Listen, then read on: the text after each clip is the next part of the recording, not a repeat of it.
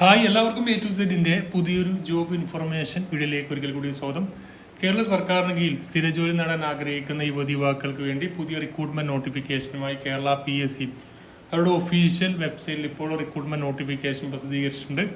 അപ്പോൾ അതിലേക്ക് ഓൺലൈനായിട്ടാണ് അപേക്ഷിക്കാൻ പറ്റുക. കേരള PSCയുടെ വൺ ടൈം പ്രൊഫൈൽ വഴി അപേക്ഷിക്കാം. കേരള വാട്ടർ അതോറിറ്റിയിലേക്ക് അസിസ്റ്റന്റ് എഞ്ചിനീയർ എന്ന് പറയുന്ന പോസ്റ്റിലേക്കാണ് ഇപ്പോൾ ഏകദേശം 53,900 മുതൽ 1,18,100 വരെ ശമ്പളം ലഭിക്കാവുന്ന റിക്രൂട്ട്മെന്റ് നോട്ടിഫിക്കേഷൻ പ്രസിദ്ധീകരിച്ചത്. നമുക്കായാലും ഈ റിക്രൂട്ട്മെന്റ് നോട്ടിഫിക്കേഷന്റെ ഡീറ്റെയിൽസ് എങ്ങനെ നോക്കാം.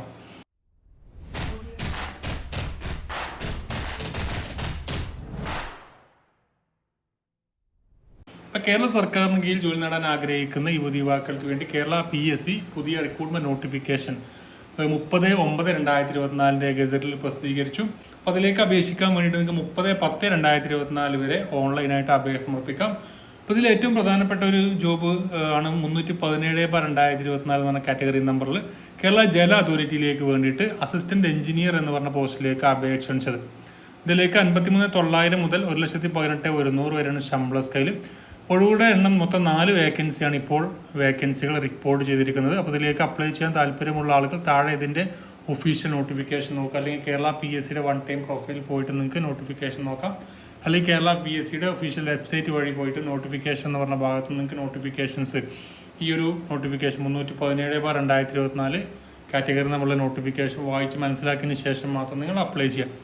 അപ്പോൾ അതിലേക്ക് പറഞ്ഞിരിക്കുന്ന പ്രായപരിധി 18 വയസ്സ് മുതൽ 50 വയസ്സ് വരെയുള്ളവർക്കാണ് അപ്ലൈ ചെയ്യാൻ പറ്റുക. അതുപോലെ തന്നെ യോഗ്യത പറഞ്ഞിരിക്കുന്നത് ഒരു UGC അംഗീകൃത സർവകലാശാലയിൽ നിന്നോ കേന്ദ്ര സർക്കാർ സ്ഥാപിച്ച ദേശീയ സ്ഥാപനങ്ങളിൽ നിന്നോ കേരള സർക്കാർ സ്ഥാപിച്ച അംഗീകൃത സ്ഥാപനങ്ങളിൽ നിന്നോ ലഭിച്ച BTech civil, mechanical, chemical engineering അല്ലെങ്കിൽ തത്തുല്യമായിട്ടുള്ള യോഗ്യത ഉണ്ടായിരിക്കാം. അല്ലെങ്കിൽ ഇന്ത്യൻ ഇൻസ്റ്റിറ്റ്യൂട്ട് ഓഫ് എഞ്ചിനീയറിംഗിൽ അസോസിയേറ്റ് മെമ്പർഷിപ്പ് എക്സാമിനേഷൻ അങ്ങനെ ആ യോഗ്യതയോ അല്ലെങ്കിൽ അതുമായി ബന്ധപ്പെട്ട ഈക്വലന്റ് ക്വാളിഫിക്കേഷൻ ഉള്ളവർക്ക് ഇതിലേക്ക് അപ്ലൈ ചെയ്യാൻ പറ്റും.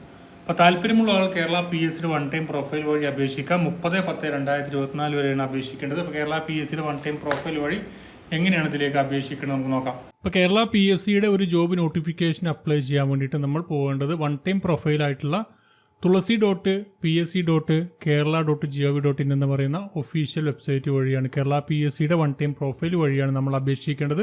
അപേക്ഷിക്കാൻ വേണ്ടിയിട്ട് നിങ്ങൾക്ക് ലോഗിൻ ചെയ്യുക.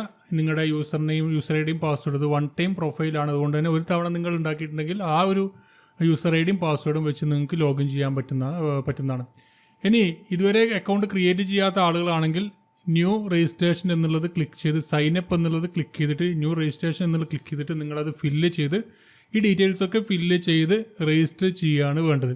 ഈ രജിസ്റ്റർ ചെയ്ത ആളുകളാണെങ്കിൽ നിങ്ങൾക്ക് ഈ ഒരു ലോഗിൻ എന്നുള്ളത് ഇവിടെ യൂസർ ID പാസ്വേഡും കൊടുത്ത് ക്യാപ്ചയും എൻ്റർ ചെയ്ത് നിങ്ങൾ ലോഗിൻ എന്നുള്ളത് ക്ലിക്ക് ചെയ്യുകയാണ് വേണ്ടത്. അതിനുശേഷം നമ്മുടെ പ്രൊഫൈലിൽ ലോഗിൻ ആവുന്നതാണ്. ഹോം പേജിൽ തന്നെ നമുക്ക് പ്രൊഫൈൽ ഉണ്ടാവും. അതുപോലെ നോട്ടിഫിക്കേഷൻസ്, മറ്റുള്ള നോട്ടിഫിക്കേഷൻ മെസ്സേജുകൾ, അതുപോലെ പ്രൊഫൈൽ മെസ്സേജ് എന്തെങ്കിലും ഉണ്ടെങ്കിൽ അതൊക്കെ നമുക്ക് കാണാൻ കഴിയുന്നതാണ്. അപ്പോൾ ഇതിൽ നിങ്ങൾ ഒരു പോസ്റ്റിന് അപ്ലൈ ചെയ്യാൻ വേണ്ടിയിട്ടുള്ള ഏതെങ്കിലും റീസെൻ്റ് ആയിട്ടുള്ള നോട്ടിഫിക്കേഷൻസ്, എത്ര നോട്ടിഫിക്കേഷൻസ് വന്നു എന്ന് അറിയാൻ വേണ്ടിയിട്ട് ഇവിടെ നിങ്ങൾക്ക് നോട്ടിഫിക്കേഷൻ എന്നുള്ള ടാബിൽ പോയിട്ട് നോട്ടിഫിക്കേഷൻസ് നോക്കാവുന്നതാണ്. അതിൽ ജനറൽ വൈസ്, ഡിസ്ട്രിക്ട് വൈസ് ഉണ്ടാവും. അതുപോലെ തന്നെ ബൈ ട്രാൻസ്ഫർ ഉണ്ടാവും, NCA നോട്ടിഫിക്കേഷൻസ് ഉണ്ടാവും.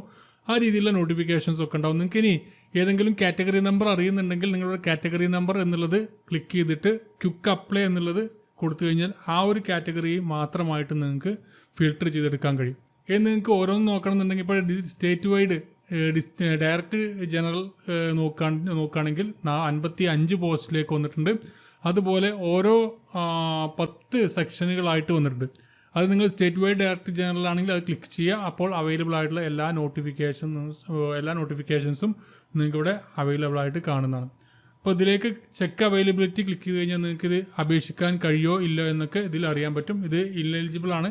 ഇങ്ങനത്തെ നിങ്ങൾക്ക് യോഗ്യതയുള്ള ക്വാളിഫിക്കേഷന് അനുസൃതമായിട്ടുള്ള തസ്തികയാണെങ്കിൽ ഇവിടെ എലിജിബിൾ കാണിക്കും. അതിൽ നിങ്ങൾക്ക് അപ്ലൈ ചെയ്യാൻ കഴിയുന്നതാണ്. അപ്പോൾ എങ്ങനെയാണ് അപ്ലൈ ചെയ്യേണ്ടത് തീർച്ചയായും നിങ്ങൾ ഫ്രണ്ട്സിലേക്കൊന്ന് ഷെയർ ചെയ്യുക. താല്പര്യമുള്ള ആളുകളുണ്ടെങ്കിൽ ഈ അവസരം ഉപയോഗപ്പെടുത്തുക. ഇന്ന് തന്നെ നിങ്ങൾ ഈ ഒരു പ്രൊഫൈലിൽ കയറിയിട്ട് നിങ്ങളുടെ കേരള PSCയുടെ വൺ ടൈം പ്രൊഫൈലിൽ കയറിയിട്ട് ഈ ഒരു തസ്തികയിലേക്ക് നിങ്ങൾക്ക് സൗജന്യമായിട്ട് തന്നെ അപ്ലൈ ചെയ്യാൻ കഴിയുന്നതാണ്.